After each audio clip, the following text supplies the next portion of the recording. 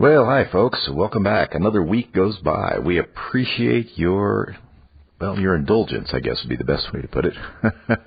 Joining us here for another week. Hey, I hope you had a great Christmas out there.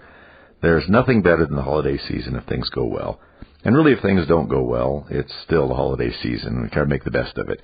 It can get expensive and, crowded, and people don't know how to drive, apparently. There's something that happens in a lot of people's brains around the holidays. They become incapable of operating a motor vehicle, but putting that aside, hope you had a great time. Anyway, what I was going to say was that, hold on a second here, I'm adjusting something. I am not in my studio. I am in a remote location. Not far away, but not super far away.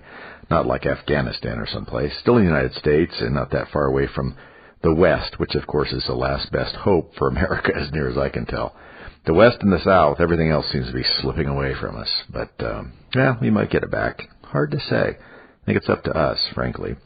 Anyway, so what I wanted to say was this week has been interesting because, usually during this time, what happens is that we are at a time when, things are slow, nothing much is happening, no one's paying attention to what's going on, and we're just sort of like, oh, yeah, it's all fine and good, and things are just going to slip by, and we'll be fine. And Congress will just laze around in Washington, and, it's cold up there, and they won't do a whole lot until the new Congress comes in. And, of course, that's not true at all, especially not anymore. What we've discovered is that Congress, when it's especially run by the Democrats, Republicans aren't so hot either, but the Democrats especially have decided that this time of year, just like the middle of the night, is a great time to do things. You just cannot have enough time to sneak up on people. So what they decided to do is do a few things here during this lull in people's attention. Now, we know what they did. The main thing they did, with 18 Republicans' help, by the way, $1.7 trillion budget that's so filled full of pork and useless nonsense that it might as well just have a whole fence around it like you usually put hogs in, because that's how much pork it has in it. And at the same time, we have the Fed trying to control inflation, finally. And by the way, I'm not going to let them get away with this idea that, we were working on this all the time. No, you weren't. Matter of fact, you were colluding with the Biden administration and at the Federal Reserve to try and make things seem better than they were. And by doing so, you created most of this inflationary problems we're dealing with, and you contributed to them in a major way by this quantitative easing, which they were doing. Which what they were doing was they were trying to buy their own government bonds, right? And by doing that, they were controlling interest rates and stuff in a different way. Well, where do they get the money to buy their own bonds? Well, they get part of it from us. But see, we've passed the point where we can afford to just collect money from Americans. Now, we're going to make a pretty good effort at that now, because what we're going to do is we're going to hire 87,000 IRS agents, apparently just to work on people like Bill Gates and, Elon Musk. All 87,000 will work on them. What a ridiculous idea that they would try to float that to American citizens and expect them to believe it for a minute. Of course, that's not what's going on. What's going on is that we need more money. And the real money in America, and it doesn't feel like it to you folks, is with you, the vast bulk of the taxpayers, not with a few billionaires. Now, I read, and I think I mentioned this on the show before, I read probably 3 months ago, that if you confiscated, not just taxed at a high rate, but confiscated all the money that the billionaires have in the United States, we would run the country for less than 8 months. So, that's not where the money is. The money's with you people, the productive people who are bringing home paychecks and have a little money in the bank and try and buy a few things. You're generating so much of the money in the economy, that's where it lives. And that's who it needs to be scooped up if you're an administration that needs money. And the Democratic administration needs money. And the way they get it is to investigate you and see if you're not paying anything. Me, I figure that, I'm pretty obviously a Republican and a conservative, so I overpay everything. I know Sean Hannity talks about that too. I make sure there's nothing in my taxes that I haven't, paid more than my fair share on. But if they go after you hard enough, they can always find things, and especially certain groups. And the group they're really, really going after right now are people in the, quote, gig economy. Remember when that was something we just applied to, like, musicians that smoke marijuana a lot? Oh, yeah, I'm going on a gig, man. Now it's the gig economy. What they really mean are people that are out there delivering food, DoorDash, things like that, people who are Uber drivers, people who are doing all these kinds of little things on the side to earn extra money. The government, as I've said before, is convinced that you're cheating them somehow if that's what you're doing. You're not paying your taxes. You're pocketing that money. They can't track it. Where is it? We need to have it. We got to get it in the bank. By the bank, I mean, back in the federal taxes, in the Treasury. We need it so we can spend it on, really important things like shipping it off to the Ukraine and not finding out where it's being used. And we can use it on things like not spending it on the border, but, securing the border in the Ukraine. Not to blame the Ukraine for everything. There's a bazillion things that they're wasting money on. But they have to have the money from you. And they're convinced that you're pocketing money behind their back, and they're going to find it. And you know what signals what's really going on so clearly? It is this $600 threshold. Remember when they were passing this in the Inflation Reduction Act? Jeez, man, people's lips should catch on fire when they say that and think that people don't understand what it really means, which means the Inflation Creation Act, or rather the Inflation Elongation Act. Anyway, remember part of that was that they were going to require the banks, and of course, as we discover now, PayPal, Venmo, all these places that take money on people's behalfs, to report to the Treasury any transaction of over $600. Remember, they were like, oh my gosh, that's ridiculous. I mean, when everybody heard about that, everybody was crazy because they saw what was coming. So they changed it. Remember, they said, oh, no. We're not requiring that. We're just going to require transactions, of over $10,000 a year. Yeah, that's $600, over $600 a month. It was like, oh, okay, no, that's much better. No, that's what they're requiring. Now, if that piece of the economy was not where they were going at, if that's not what they were chasing down, then why would they be so intent on forcing people to report, or rather convincing themselves that people were not reporting the money that they were getting from here? Which, by the way, I don't think that's a hugely widespread thing anyway. So it's clear that this new push for the IRS agents is going to be to go after just regular people. And they're really going to audit, in my opinion, people who have side jobs or who are doing other things. If you're a DoorDash driver out there, or if you drive for Lyft or Uber or something with a little more money in your pocket, they're convinced you're not reporting all of it. So that's what they're going to be examining. And they want to make sure that, everything over $600 is reported. So these transactions that go to your bank or through PayPal or these other ways that you people pay you, right, are all reported to the IRS. And if for some reason, and this, of course, who would do this if you, we don't have enough IRS agents, of course, just another 87,000. It's just a drop in the bucket. In their mind, I guess that's what it is. I think they would like to have an IRS agent for every person. But then they get to compare the records from the banks and all these transactions, what are reported. And if you get audited, they're going to compare what is shown through all these other accounts and financial transactions with what you've reported. And if you haven't, they're going to make sure you pay that. And when they make sure you pay that, of course, there'll be penalties and interest on that will increase that thing's value to them and the cost to the person that they're coming after. So they're going to come in after that pretty strongly. That's what's going to happen. And that's the kind of things that are going on out there when we're not paying attention. Now, during this little lull, as people would like to pretend that happens with the government right now, we saw the $1.7 trillion budget go through, as I said. And that's just a huge mess, too. All kinds of things. Now, we haven't read through it. It's over 4,000 pages. So we're going to have our work cut out for us. All right. Thanks for sticking with me, everybody. I appreciate that. We are back. Listen, I wanted to clarify something that I should have clarified at the beginning of the last segment, and I didn't because I was talking too much. And so that is this $600 requirement of reporting that I was discussing in the first segment. That has been delayed from next year, just so I'm clear, to 2024. So instead of taking place in the next year. It is allegedly going to take place the following year. And the reason for that was, as you might guess, a huge outcry. Now, not from you folks, because what you folks don't, it doesn't matter what you folks say. It was from all of the institutions and, in fact, things like PayPal and BMO and those kinds of guys that are all involved in the payment or receiving payment for people and having to figure out some way to do this reporting requirement.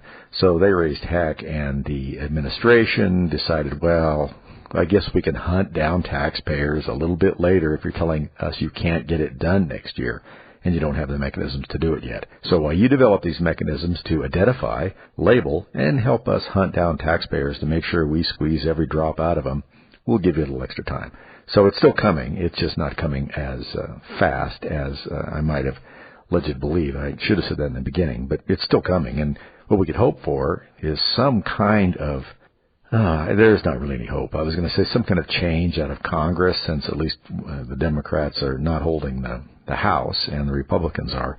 Now, remember, it's a pretty slim majority, but here's the thing, because they're going to be whining about this. Republicans are going to be like, we don't have any votes, and the majority, we're just barely in the majority. They have the same majority in the House that Nancy Pelosi did this last 2 years, and has had no problem ramming through every crazy bit of legislation that they can think of. And so if that's the case with the Democrats, then I'm just not real super interested in listening to the Republicans whine about why they can't do it. Usually when they do that, that's because they're either A, incompetent, or B, complicit in wanting to do the same big government spending nonsense that the Democrats did. And there's a variety of reasons for that, trying to buy votes in their district, trying to get along with the Democrats so they'll do things for them, you name it. And just plain lack of intestinal fortitude, which you see plenty of that out there for sure. But that first part we talked about is going to be implemented in 2024. They will be preparing it next year. It's sort of like being prepared for dinner. For those of you that may remember, I believe it was a Twilight Zone episode. I want to say Outer Limits, but I think it was Twilight Zone. If you've watched that, reruns are just constant out there, so it doesn't matter what your age is. You have plenty of opportunity to watch it, where there's a spaceship that lands and the aliens come down to Earth and they have these big tall heads on them. I think the heads pulsate or light up. I can't remember which one they're communicating, because they do it all telepathically, and they just want to help. They're just here to help man. And they have a book that they give out, and they finally get it translated about the middle through of the episode, and it's How to Prepare Man. And people are saying, it's how to, get along with this, and how to prepare us for all the help they're going to give us. And right at the end, when one of the scientists agrees to get on the spaceship and fly back, another scientist, a woman I believe, bursts through the crowd and says, the book, How to Prepare Man, it's a cookbook. And then he's hustled on board the ship, and away he goes. And I believe the last scene is they're trying to get him to eat more. I thought that was always pretty funny. And I remember that, and I believe that's sort of what's going on now. They're going to give us a little reprieve before they start in, but they'll be preparing us in various ways, and of course trying to fatten us up so that they can get as much money out of us as possible. But, I don't know what else there is to do about it. Just holding one of the houses isn't going to be able to change that legislation. And even if we had the House and the Senate, and of course we're one vote further away from that than we were last year, they still wouldn't do it because the president would veto it. Now, you remember, if the president vetoes something, it can be overridden. But in order to override the veto, you need a 2/3 vote, and both houses. That's certainly not going to happen. So nothing would happen. Now, I don't think Joe would veto it knowingly. He doesn't really know what's going on. He doesn't know if his dog was biting people, if you're familiar with that little bit of flotsam that's floating around out there from a book about him, how he thought the Secret Service was maybe lying about his dog biting them all the time. Because, and keep this to yourself, there may be MAGA Secret Service agents. That's right. That's what he thinks. Some of these MAGA Secret Service agents are against him. A lot of them supported Trump, They're hunting them down, I'm sure, but it's not easy if you're clever enough to kind of keep things under your hat. Don't talk about it, but, just lie about his dog biting you repeatedly. Yeah, that's how you get back at him. What an incomprehensible dolt he is.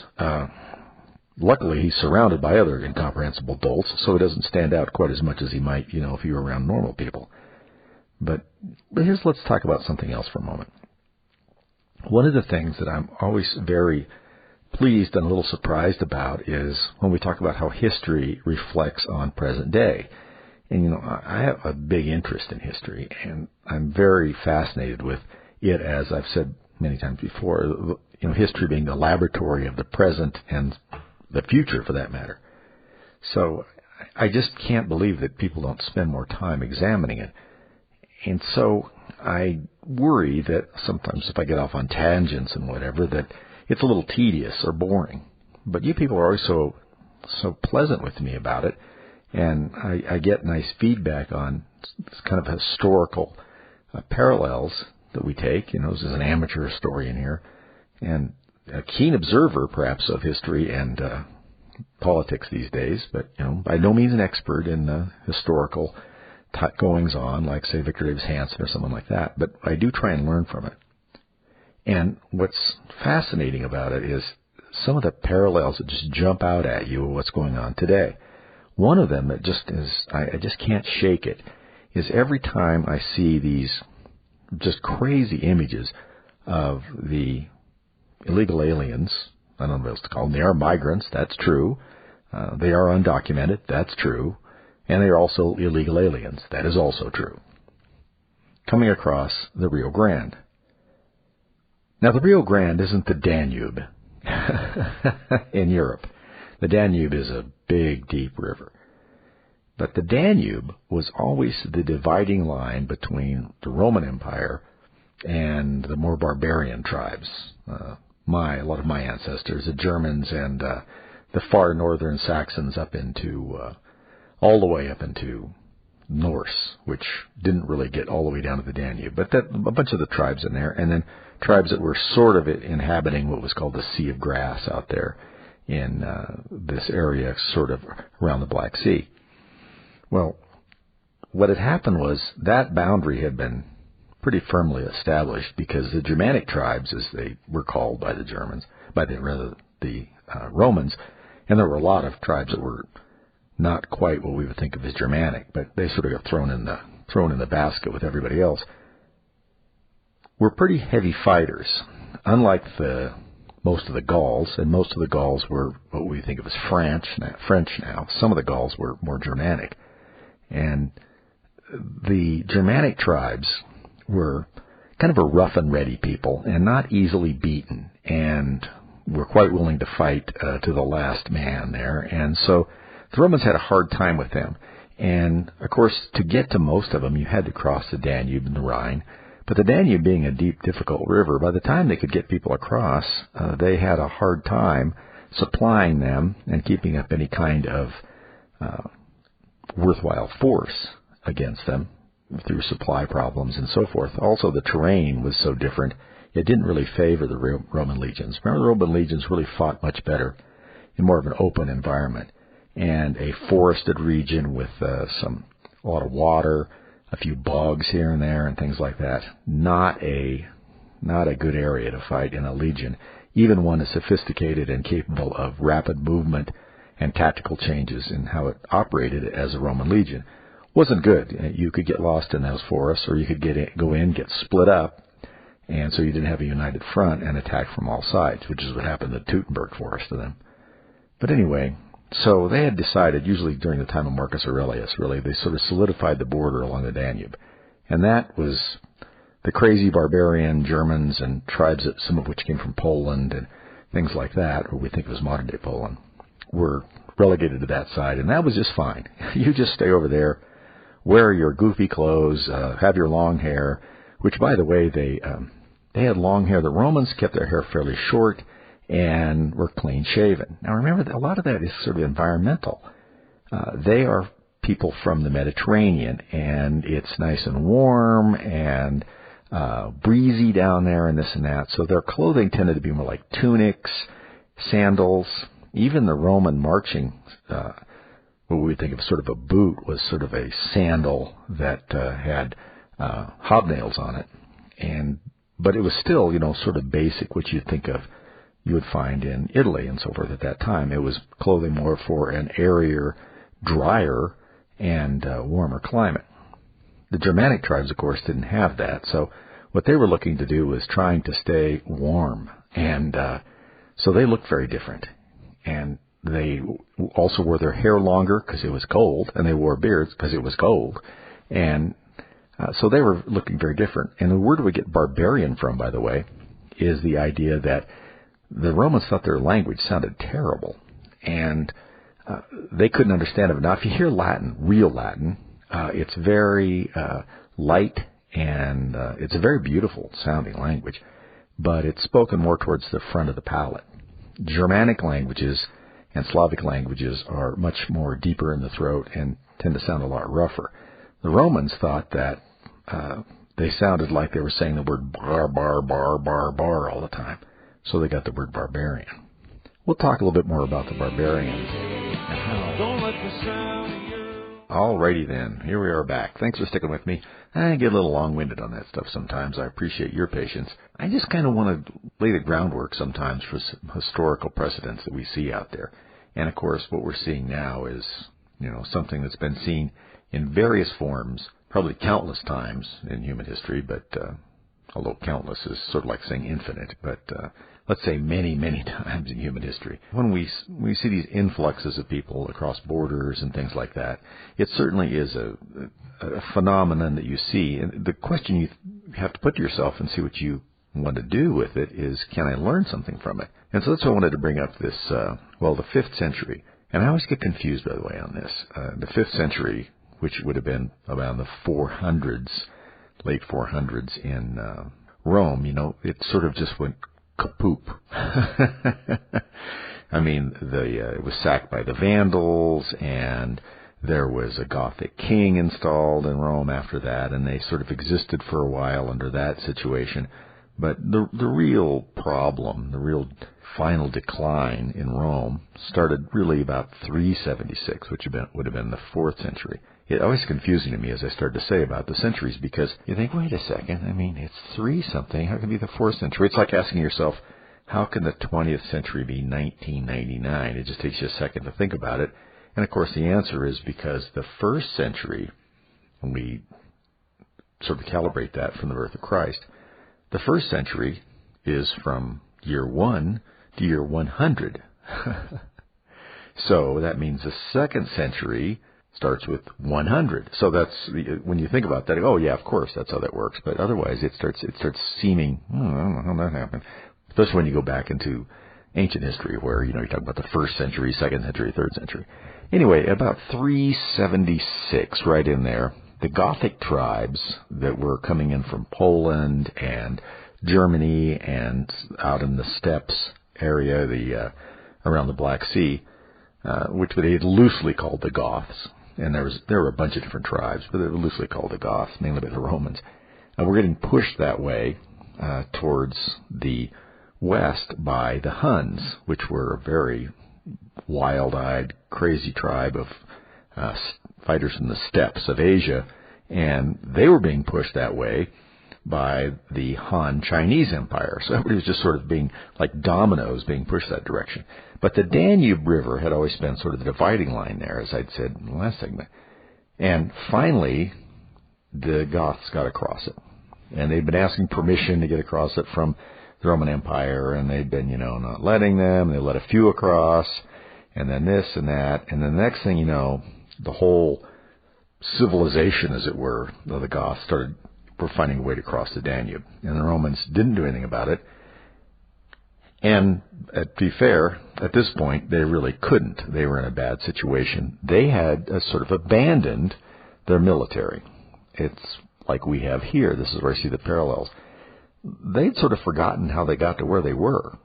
They didn't understand that by defending their borders, keeping the trade routes safe, keeping the roads in repair, all these things that had been very important in, throughout, even before the empire, when it was still a republic, they'd been sort of lolling around in luxury for so long, we talked about this before, that they'd sort of forgotten what got them there. And mainly it's the people that were in Rome itself. Now by this, the Rome had sort of split into, two areas, the Eastern Empire and the Western Empire. And one was ruled by an Augustus and one was ruled by a Caesar. So going back to the old Caesar Augustus, and sort of split his title. And so Constantinople, which of course Byzantium and then eventually Istanbul, was very important as that sort of center of power there. But even they were spread too thin.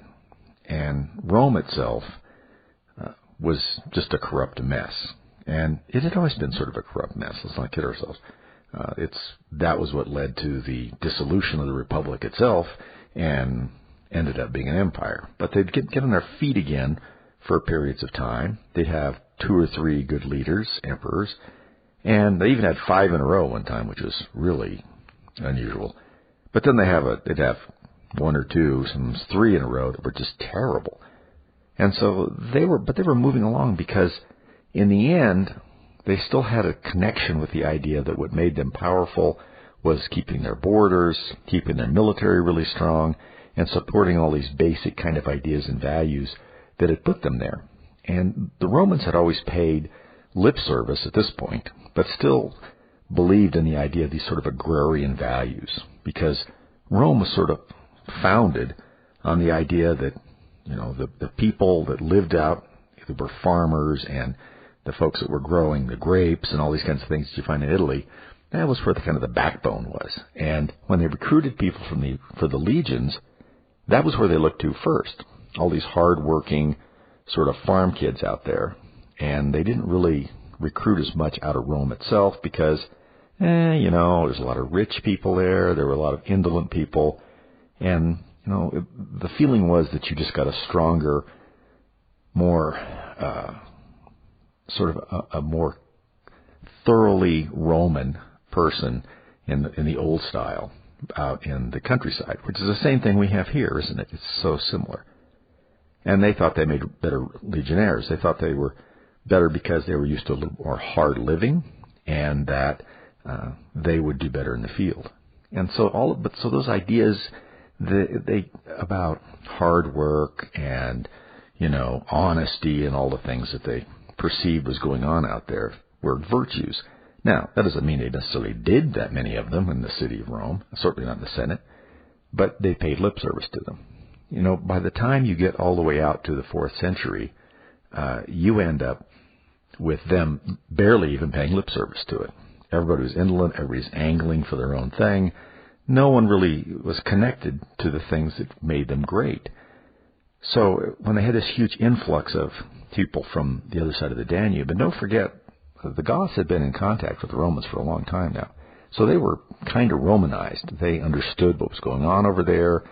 They had kind of an idea, and they liked the fact that things on the Roman side of the Danube were still a lot better than they were on their side of the Danube. And even if things got bad on the Roman side, it was still a lot better than where they came from. Does that sound at all familiar to you in looking at our own migrant situation? Is that no matter how much our side of the border degrades, it has to degrade an awful lot before it's going to be in a situation where it's still not a lot better than where people are coming from. So it was hard to keep them out. They were looking and saying, look, this is pretty miserable over here. And plus we've got the Huns, pushing up against us and have decided they want our land and are massacring us. And it's time we go someplace else. And frankly, your spot is not only convenient, but it seems to be better than where we're at. So they just kept coming. And eventually it became very difficult to support the borders out there. And nobody wanted to pay for it. They wanted to pay for other things, namely things that made them comfortable, things that made them happy, and amassing personal fortunes.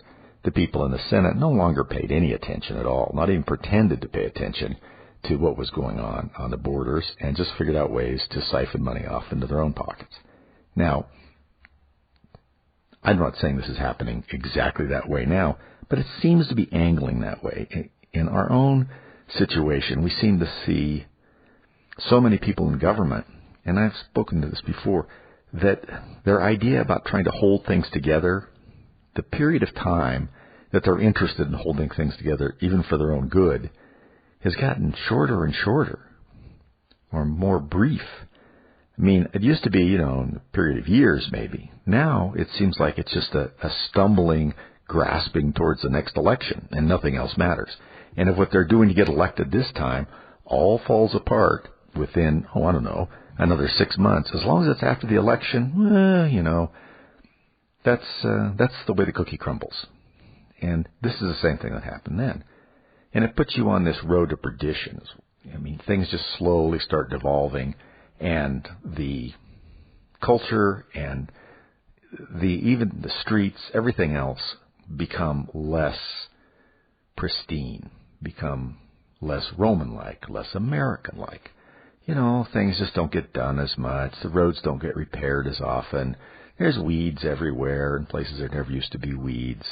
And yet there's constantly this grasping for money and power by the elites, and they no longer really care about any of the virtues that created the country. And to me, the trigger point for that is when they don't care if you know that or not. When they no longer even give a pretend kind of lip service to it. I hate using the word lip service. It just means just talking about it. But they don't even talk about it. And they don't care anymore, it seems to me, about what you discover about them, right? I mean, we discover a lot of things about politicians and their finances and things they're doing and nepotism and, all this kind of stuff. I'm not even talking about criminal activity. Well, remember, criminal activity is just what you define it to be. If you're not careful, you can write enough laws to where everybody's a criminal. Doesn't mean they're bad people at that point. It just means that everybody is susceptible to some sort of prosecution, which also falls into the hands of people in power. So you just stop caring, or rather not you, but the people in power stop caring if you even find out about them, because it doesn't seem to hurt them. Now that's our fault, just like it was the Roman citizens' fault. When you're appeased by bread and circuses, when you're on the dole, when half the city is on the dole, and everybody is beholden for that to a certain group of politicians who are still running things terribly and enriching themselves, they're taking care of you, sort of. So we'll support them rather than the people that say, look, we got to reset this system. People got to go back to work. Things got to happen. We got to start finding our way back to the values that we had originally utilized to make us great. This is a little bit what Trump was trying to say with the Make America Great Again. It isn't just getting the stock market up and these other kinds of things. What it is it's reigniting in people the knowledge and the connection to the virtues and the ways of doing business that made the country great to begin with. Doesn't mean you're going to go back in time and all of this ridiculous nonsense you hear from the left. Because, see, they're afraid of that. They don't want to do that because a lot of what those virtues and ways of doing business would eliminate what they're doing. And they're doing is you're using things and policies and other stratagems to accumulate wealth and power for themselves. If we went back to those virtues and the things that made the country great again, a lot of that would disappear. So they don't want that. So they want to pretend like, oh, no, it's not that you want things good. You just want to go back to the past, right? You're living in the past. And then they start dressing it up as time goes by with, you want to go back when people were all segregated and stuff because that's when you had all the power, right? And they want to say that about, white people or, they want to say that about people who were in power in the past or whatever they want to do. It's everything's an ism now. It's a racism, sexism, transphobiaism. Phobia has become a word that just gets attached to everything. And, of course, phobia means a fear of. We've sort of morphed it into using it like something you don't like, right? We are transphobic when they mean to say you don't like trans, right? No, it's not. Phobia doesn't mean like. It means you're afraid of it, right? So that's not what it means. But we've decided to utilize it that way. So we're changing that language. That was actually one of the first words I think we started changing, and certainly not for the better. But so we use that. So you paste that onto people when they're trying to say, look, we need to get back to the basics. Not we can go back in time, like we want to turn the clock back and, live in Father's knows best time. We want to go back and find out what values throughout our historical precedents made us great. And we want to find out the sorts of things that you need to nurture to make the country function better. That's what conservatism is. is that you want to conserve those things that work, those things that were valuable. You want to conserve them. It's funny that in a culture that is so into conservation and the environment and saving things, that being a conservative, which is at its basis the idea that you want to conserve those things that are good and valuable, is not seen as being super cool by the liberal folks. It seems antithetical to that. It certainly isn't the same thinking, is it? Anyway, so you can see that as you let yourself kind of be overrun and things just slip away, you realize that that isn't the triggering event. It's what happens. The triggering event is not caring anymore. The triggering event is letting people get away with it. The triggering event is allowing people to do things that are really against the virtues that created your country, what made you great, and letting them stay in power. Just, oh, well, everybody's like that. Everybody's doing it. Now, there is a little realpolitik that does have to get sort of swirled into this. You oftentimes are presented with what I hear conservatives talk about all the time, the lesser of two evils. Nobody likes that because you feel like that at the end of the day, you're still voting for an evil, right? So, geez, we had a choice between Mitt Romney and Barack Obama, and we voted for Mitt Romney. Although now I'm not sure if that was really the right choice or not. But that's the choice of evils, and so nobody wants to do that. And you're sometimes presented with this system where you have a choice of two people, and you don't really like either one of them. But you always have to remember, and this is something the Democrats have mastered over the last 20 years, and that is that for them, any Democrat is better than any Republican. Doesn't matter. And they've been successful with that. They've sort of gathered around that, where in the past they were all shattered and in different little interest groups. They weren't really one political party. They were, sort of a bunch of interest groups that were sort of in a corral, and they were constantly trying to break out. They still are a little like that, but they've all decided on one thing, that when it comes to elections, any Democrat is better than any Republican.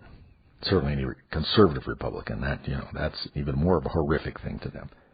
So when you have that kind of thought process going on, it's bad in some instances for the country, but it works for elections, especially if you allow the other side to constantly argue and fuss with each other. I guess that's why I'm a little more concerned about this vote for Kevin McCarthy for House Speaker. Not to get, too far off, but I think it all is sort of how these things happen. Like we started talking about how civilizations just rotate into areas that their virtues are forgotten, and they argue about things that don't matter, and they can't agree on anything, and the people who are in charge can agree on one thing, and that is that they need to get as much money and power as they possibly can. And if that means other guys, want to fight the whole day and not get anything done, that's okay. So, I guess if we're not careful, we can throw away what little victory we had in the 2022, it seems to me like. I interviewed Kevin McCarthy, years ago on the radio here, and he seemed fine. He wasn't as powerful as he is now, but he seemed fine. Do I think he would be my choice for speaker if I could, reach out and anoint somebody? No. Do I think there are worse people? Oh, yeah. There are a lot of worse people, and a tremendous amount of them are Democrats, and there are some Republicans that aren't so sharp either. So, once again, you have that choice of evils thing. Well, McCarthy has a lot of people locked up to vote for him. It's not quite enough now, and there are people holding out. I just hope they don't hold out too long and let the Democrats get their foot in the door and mess around with the selection of the speakership and try and get in and say, look, we'll vote for you if you let us be on this committee, or you do this or that. There's a lot of deal-making that goes on. I mean, surprise, surprise.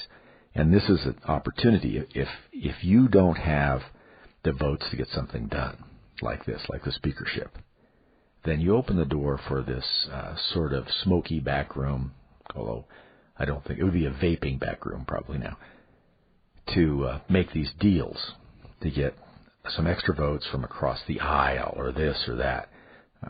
I think what a lot of the Republicans are holding out for is, if we can't get a different speaker, then we want this one who, needs our vote to promise us certain things. Well, you don't want to hold out so long that the Democrats start doing the same thing, because who knows where that ends.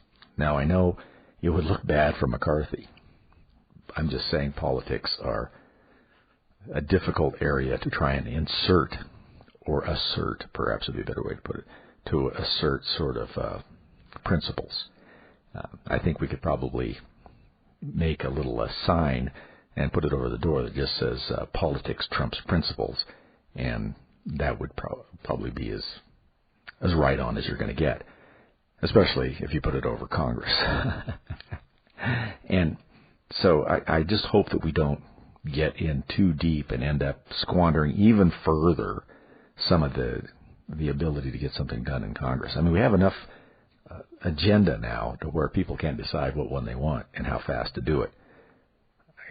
Should we impeach Mayorkas, the Department of Homeland Security? Well, the guy is, first, he lies in Congress constantly. Secondly, he is not doing his job at all.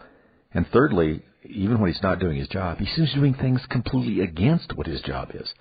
I mean, by not doing his job, we could say like he stayed home. No, he's worse than if he stayed home. He's actively working against what he's supposed to be doing. So, the temptation to impeach him is high. And I'm not sure I have made my mind up completely about that. I just think they need to pick their targets very carefully so that they're not trying to do everything at once, so it looks like they're doing everything but the business that people want, which is trying to get the country back on its feet. Some of these things are actually things that need to be done to get the country back on its feet. But you got to remember that the press is going to report this stuff as nastily as possible. So they really have to pick their battles. And I'd like to see them come in strong when they're doing that. So anyway, and I think that if they do that, if they can settle behind somebody and pick their battles, we could see some things that work very well in this next election.